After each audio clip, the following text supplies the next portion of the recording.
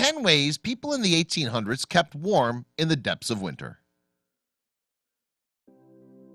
Staying warm in the 21st century is arguably an easier affair than it's ever been before.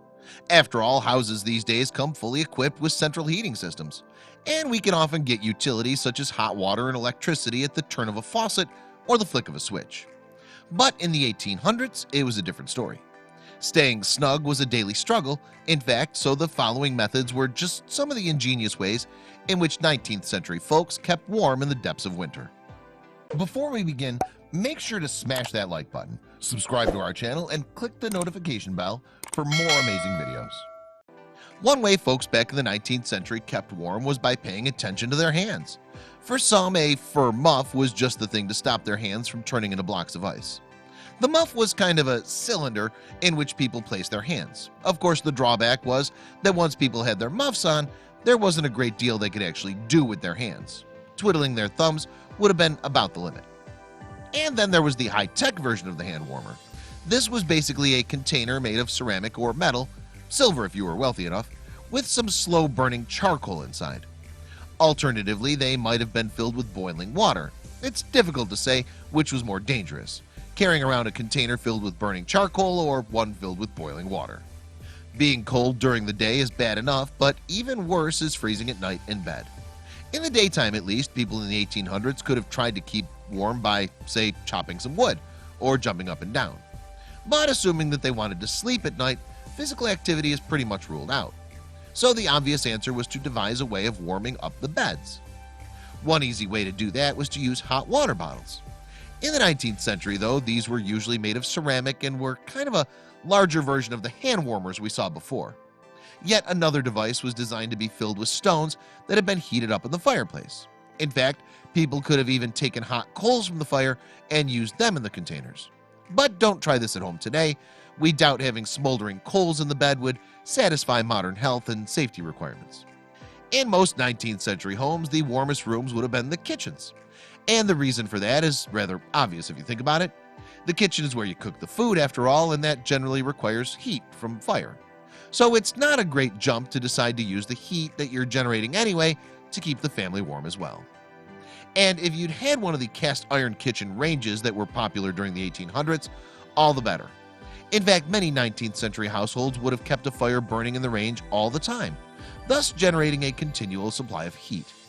The added bonus of the cast iron structure of a range was that it would have acted like a large radiator, pumping heat out into the kitchen. Of course, many people were dirt poor during the 1800s, so there was every chance that they'd actually only had one room to live in. But in any case, it made a lot of economic sense to heat and occupy just one of the rooms in the 19th century house. Although it did mean that people would likely have frozen if they had to step out of that room for any reason. People in the 19th century would probably have heated their rooms with coal fires too. That tended to mean that not only would a family have been living in one room, but they'd also have been crowded together in one part of that room, bang in front of the coal fire. So families had literally been very close in the 19th century. For most people nowadays, having an open fire in their living rooms is a kind of style statement, and it's quite likely that the fire will only be lit on special occasions. But for the folks back in the 1800s, a coal fire burning had often been the only source of heating for their rooms. In the 19th century, too, those who could afford it wouldn't have just one coal fire in the living room. There would have been an open fire burning in every room in the house during the cold of winter. Take the grand house of Whitley Court in Worcestershire, England, for example. That household had dozens of coal fires burning back in the day, and each is said to have gotten through a staggering amount of coal, more than 30 tons each day. The fur trade was a huge business in the 19th century. In fact, before the California Gold Rush of 1849, there had actually been a California fur rush. This had been unfortunate for the sea otters, fur seals, and other fur-bearing creatures that had been at the heart of this economic bonanza.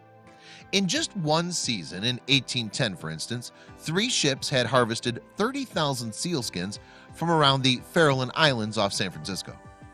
Of course, fur was an expensive and fashionable luxury many reserved for the wealthy.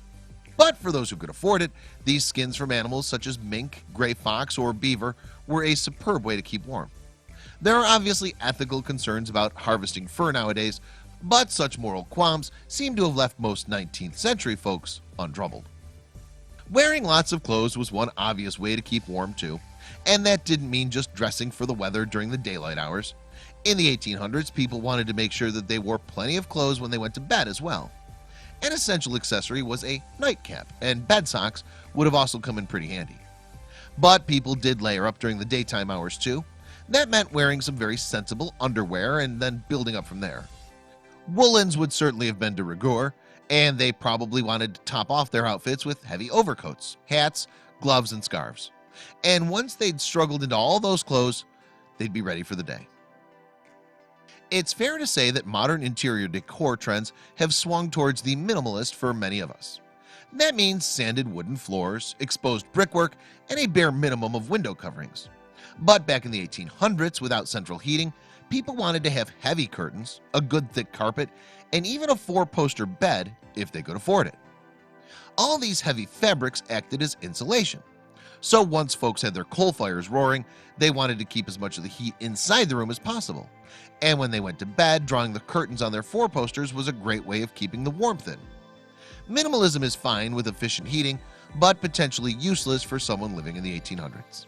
If your house is too cold, one way to solve that problem is to go somewhere that's warm. And many city dwellers in the 1800s had little space in their cramped living quarters, so why not go to the public house or saloon bar to take advantage of the blazing open fire and the space there?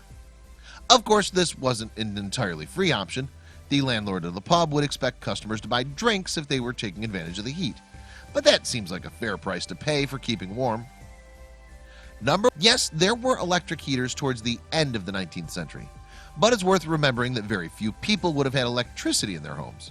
But supposing they were lucky enough to have had an electricity supply, they could have been the proud owner of one of the earliest electric heaters. And if these heaters look more like lighting than heating, there's a good reason for that. In the US, the first electric heaters were developed towards the end of the 19th century by General Electric, and one of those behind the company was Thomas Edison, inventor of the light bulb. So the 19th century heaters were essentially generating heat from large light bulbs. People had to wait until the 20th century for more effective electric heaters.